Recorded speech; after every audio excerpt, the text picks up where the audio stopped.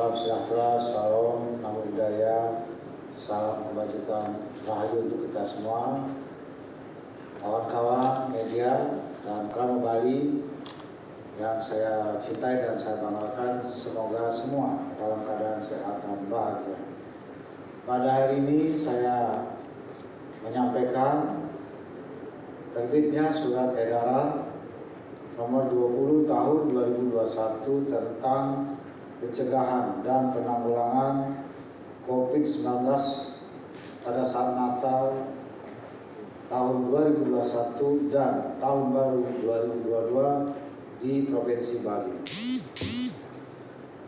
Surat edaran ini menindaklanjuti dan melaksanakan pertama, keluarnya Instruksi Menteri Dalam Negeri nomor 66 tahun 2021 tentang pencegahan dan penanggulangan COVID-19 pada saat Natal tahun 2021 dan tahun baru 2022. Dua, surat edaran Ketua Satgas Penanganan COVID-19 nomor 24 tahun 2021 tentang pengaturan aktivitas dan mobilitas masyarakat selama periode Natal tahun 2021 dan tahun baru 2022 dalam masa pandemi COVID-19. 3. Adendum Surat Edaran Ketua Satgas Penanganan COVID-19 nomor 24 tahun 2021 tentang pengaturan aktivitas dan mobilitas masyarakat selama periode Natal tahun 2021 dan tahun baru 2022 dalam masa pandemi COVID-19. 4. Peraturan Gubernur Bali nomor 10 tahun 2021 tentang penerapan disiplin dan penegakan hukum protokol kesehatan sebagai upaya pencegahan dan pengendalian COVID-19 dalam tatanan kehidupan era baru. Dan 5. Surat Edaran Gubernur Bali nomor 3355 tahun 2020 tentang protokol tatanan kehidupan era baru. Terbitnya surat edaran ini juga memperhatikan pertama, penyebaran penularan COVID-19 di wilayah Bali masih perlu terus dikendalikan dengan baik guna melindungi masyarakat, kesehatan, serta untuk mempercepat pemulihan ekonomi masyarakat. 2. Aktivitas dan serta mobilitas masyarakat pada periode libur Natal 2021 dan tahun baru 2022 berpotensi meningkatkan penyebaran penularan COVID-19 di wilayah Provinsi Bali. Dan yang ketiga, dipandang perlu melakukan upaya pencegahan dan penanggulangan COVID-19 melalui pembatasan aktivitas masyarakat selama periode libur Natal 2021 dan tahun baru 2022. Oleh karena itu, pemerintah Provinsi Bali memberlakukan ketentuan tentang pencegahan dan penanggulangan COVID-19 pada periode libur Natal tahun 2021 dan tahun baru 2022 di Provinsi Bali sebagai berikut. 1. Selama periode libur Natal 2021 dan tahun baru 2022 pada tanggal 24 Desember 2021 sampai dengan tanggal 2 Januari 2022 diberlakukan ketentuan sebagai berikut. A. Mengoptimalkan fungsi satuan tugas penanganan COVID-19 di masing-masing lingkungan, baik pada tingkat kabupaten kota, kecamatan, kelurahan, desa, dan desa adat mulai tanggal 20 Desember 2021. B. Menerapkan protokol kesehatan yang lebih ketat dengan pendekatan 6M, yaitu memakai masker standar dengan benar, mencuci tangan, menjaga jarak, mengurangi bepergian, meningkatkan imun, dan mentaati aturan. Dan terus melaksanakan 3T, testing, tracing, dan treatment, serta mempertimbangkan faktor ventilasi udara, durasi, dan jarak interaksi untuk mengurangi risiko penularan dalam beraktivitas. C. Mempercepat pelaksanaan vaksinasi anak usia 6 tahun sampai 11 tahun melalui kerjasama dengan semua pemangku kepentingan. D. Melakukan koordinasi dengan Forum Koordinasi Pimpinan Daerah atau Forkopimda kabupaten kota, dan pemangku kepentingan lainnya untuk meningkatkan pencegahan dan penegakan disiplin penerapan protokol kesehatan. Melaksanakan pengetatan pengawasan protokol kesehatan dan memperbanyak penggunaan pada tempat kegiatan publik seperti fasilitas umum, fasilitas hiburan, mal, pusat perbelanjaan, restoran, rumah makan, tempat wisata, tempat ibadah, dan fasilitas publik lainnya. Dan para pemangku kepentingan di pintu masuk Bali, bandara dan pelabuhan penyeberangan, dan terminal tipe A agar melaksanakan ketentuan dan syarat pelaku perjalanan pada periode libur Natal tahun 2021 dan tahun baru 2022 sebagaimana diatur dalam Instruksi Menteri Dalam Negeri Nomor 66 tahun 2021 dan Surat Edaran Ketua Satgas Penanganan COVID-19 Nomor 24 tahun 2021 beserta adendumnya dengan mengaktifkan posko terpadu. 2. Ketentuan khusus untuk perayaan tahun baru 2022 agar melaksanakan ketentuan sebagai berikut. A. Perayaan tahun baru 2022 sedapat mungkin dilakukan bersama keluarga di tempat masing-masing, mencegah atau menghindari kerumunan dan menghindari perjalanan jarak jauh. B. Melarang kegiatan pawai, karnaval, arak-arakan, pesta perayaan, dan kegiatan perayaan tahun baru lainnya yang berpotensi menimbulkan kerumunan. C. Jam operasional mal, pusat perbelanjaan, rumah makan, dan restoran mulai pukul 09.00 WITA sampai dengan pukul 22.00 WITA dengan pembatasan jumlah pengunjung tidak melebihi 75% dari kapasitas total mal atau pusat perbelanjaan serta penerapan protokol kesehatan secara ketat. D. Jumlah pengunjung di tempat wisata dibatasi tidak melebihi 75% dari kapasitas total dengan penerapan protokol kesehatan secara ketat. 3. Kegiatan di luar perayaan Natal 2021 dan Tahun Baru 2022 diatur sebagai berikut. A. Kegiatan pementasan atau pagelaran seni budaya dan pertandingan olahraga dapat dilaksanakan tanpa penonton. Dan B. Kegiatan lain yang tidak terkait dengan perayaan Natal dan Tahun Baru dapat dilaksanakan dengan protokol kesehatan yang ketat serta dihadiri tidak lebih dari 50 orang. 4. Kepada Panglima Kodam 9 Udayana, Kepala Kepolisian Daerah Bali, Kepala Satuan Polisi Pamong Praja Provinsi Bali, dan Pecalang Desa Adat agar melakukan operasi penegakan disiplin yang lebih intensif, masif, dan tegas guna memastikan terlaksananya edaran ini secara efektif. 5. Edaran ini mulai berlaku pada hari Jumat Sukre Kurut tanggal 24 Desember 2021 sampai dengan Minggu Riditepon Tampil tanggal 2 Januari 2022. Dan terakhir nomor 6, pengaturan pencegahan dan penanggulangan COVID-19 pada periode pasca libur Natal 2021 dan Tahun Baru 2022 dilaksanakan sesuai dengan Instruksi Menteri Dalam Negeri, Surat Edaran Ketua Satgas Penanganan COVID-19 dan Surat Edaran Menteri Perhubungan yang berlaku pada periode berkenaan. Demikian edaran ini disampaikan untuk dilaksanakan dengan tertib, disiplin, dan penuh rasa tanggung jawab. Atas dukungan kerjasamanya diucapkan terima kasih. Om Santi Santi Santi Om. Wassalamualaikum warahmatullahi wabarakatuh. Rahayu.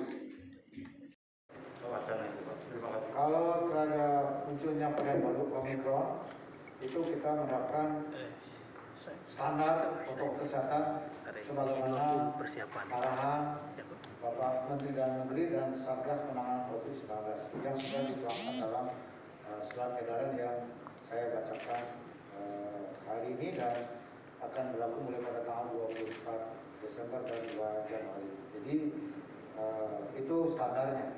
Jadi tidak ada hal spesifik di luar itu. Jadi semua sudah dituangkan dalam surat edaran dan saya kira kita di Bali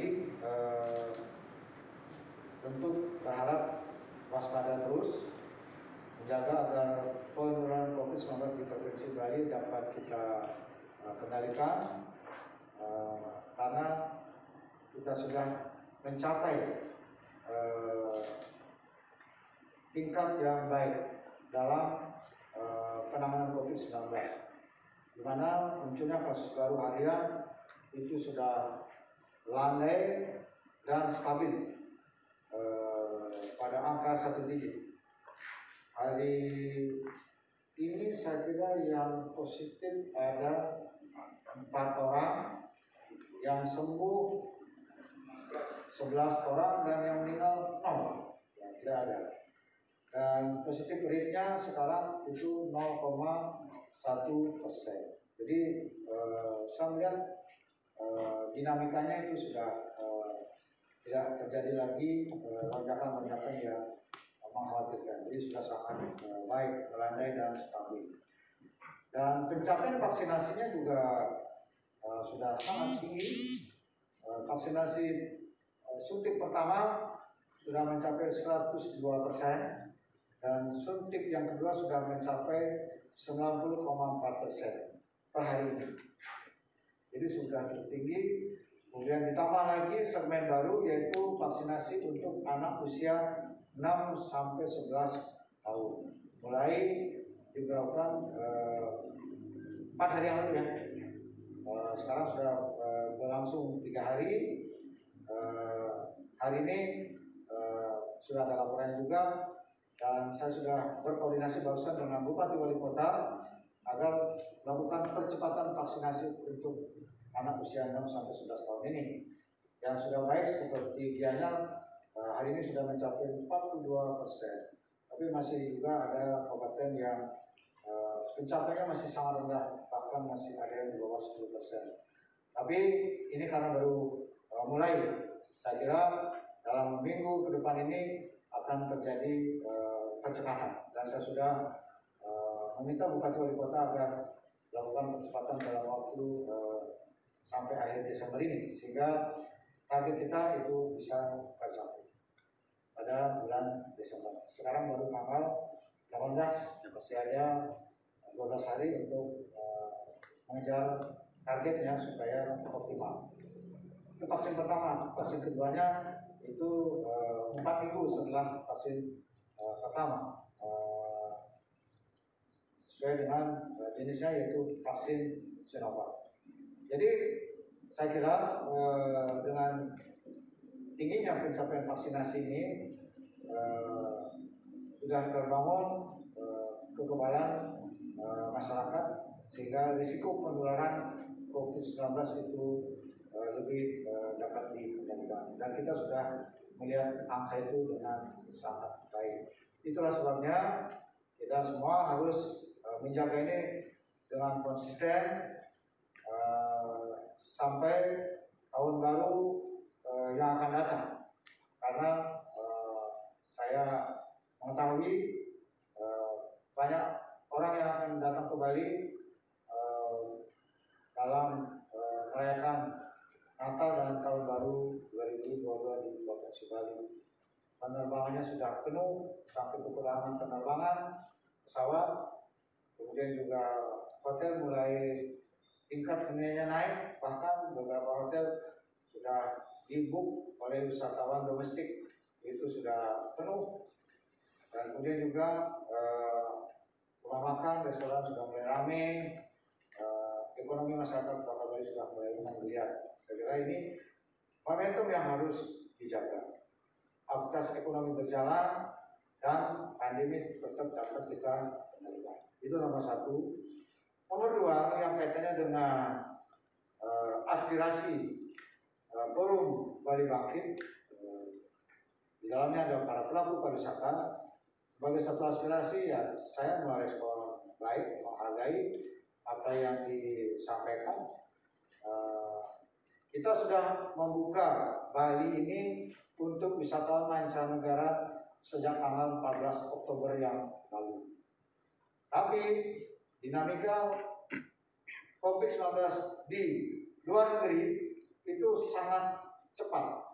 Bahkan ada negara-negara yang melonjak, sehingga sejumlah negara memperketat warganya untuk bepergian wisata ke luar negeri. Jadi masih mengendalikan warganya di masing-masing negara dengan memperketat persyaratannya. Bahkan ada negara yang lockdown. Di beberapa negara, 19 negara yang kita buka itu memperketat perjalanannya sehingga tidak memungkinkan mereka itu keluar berwisata ke luar negeri. Ada negara yang memperketat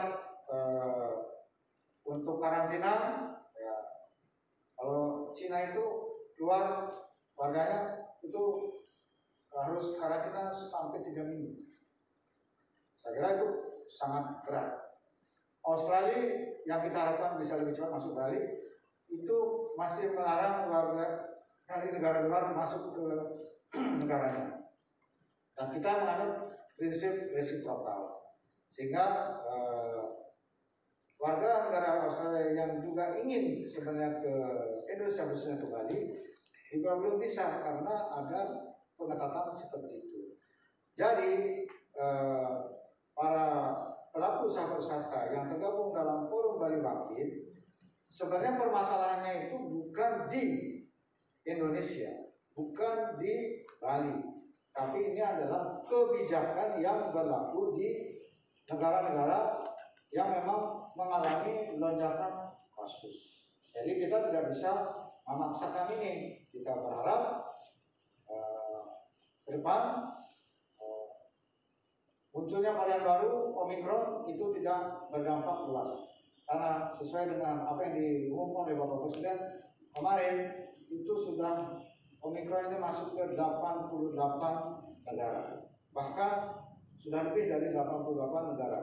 Ini sedang diamati bagaimana penularannya, kecepatannya, dan risiko daripada penularannya. Apakah berbahaya seperti juga seperti COVID jenis Delta. Nah, ini sedang diamati, dan saya kira karena itu